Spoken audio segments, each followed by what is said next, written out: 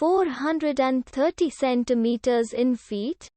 First of all, we need to know the value of 1 centimeter in feet. It's always 1 centimeter equals 0.03280839895 feet. Now we have to multiply 0.03280839895 by 430.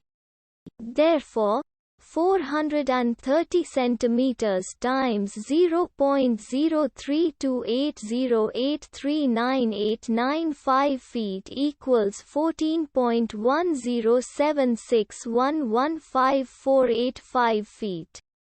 So, in other words, 430 centimeters equals 14.1076115485 feet. We hope you have enjoyed this video.